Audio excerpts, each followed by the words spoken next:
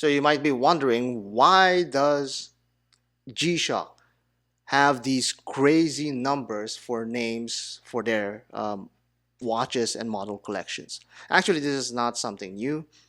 Um, Watches from Switzerland also use the same kind of naming conventions, such as the 114060 for the original Rolex Submariner. We don't even need to go to Omega because they have some crazy names, crazy serial numbers with double digits and punctuation marks. I'm not going to even dive into that. But did you know that G-Shock actually has a logic behind that naming convention? And for once in a few weeks now, we're going to talk about something educational rather than just make fun of myself or other people.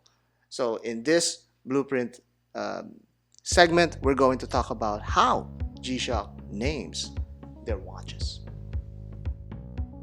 This seemingly unsuspecting simple quartz watch actually is meticulously designed from the modules and material down to how it's named.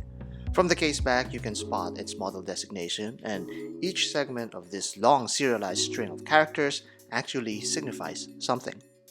Let's divide them into segments. The prefix is for its type, the body its series code, and the suffix is its collection designation. The types are identified by its letter code. D is the earliest G-Shock code, which means digital for models with digital displays. The W was meant mostly for water-resistant variants. Some models can have the same properties such as digital displays but are designated based on their special features such as this wide temperature square. This is classified with a W code instead. In time, G-Shock introduced analog models for their watches and the A designation was applied here. Most of these still have the water-resistant tags on them. As the G-Shock collection grew, Casio started to name some of them with the letter G for G-Shock to separate them from other watches such as Edifice and, well, the normal Casio. This further evolved as the MTG models get released, with MTG meaning metal twisted. These coincides with the introduction of metal elements on the case. When G-Shock pushed to produce the top quality products that they could, the MRG prefix was introduced. This stood for Majestic Reality G-Shock. A number of models slightly strayed away from this naming principle.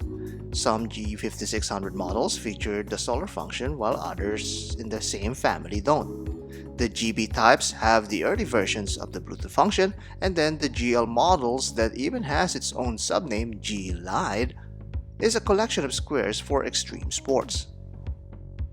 The second letter can also denote various other features such as M for metal, BDP-H for Bluetooth digital with hard sensor, and X for extra large size. G-Shock is a complicated watch even though it may seem more rudimentary when compared to its mechanical counterparts. But the fascination towards this particular brand of quartz watches created a cult following that even series numbers have their own fan bases. The 5600 models is a great example.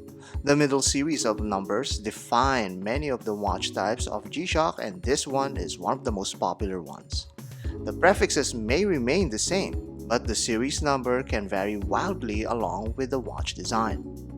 Sometimes the series number may take a step back from the iconic design, like this Frogman that had a 6300 designation, which then evolved to the 8200 series as it added more features on the watch.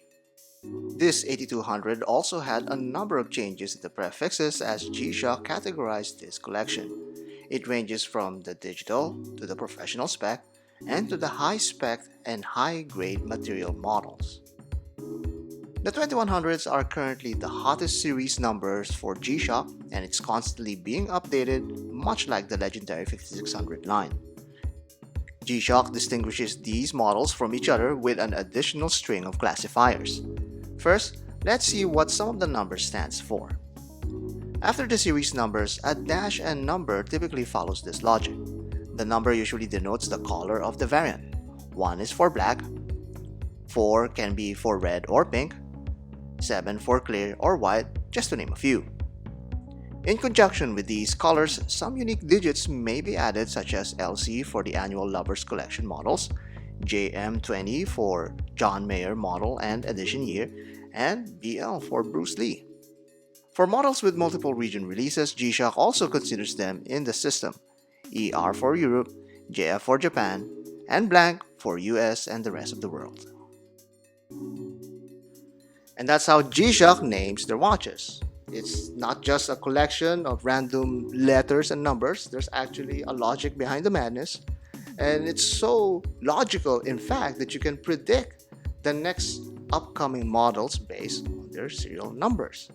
And that also goes to show that G-Shock are not just cheap quartz watches, but they're also professionally made devices because they're taking them seriously down to the naming convention.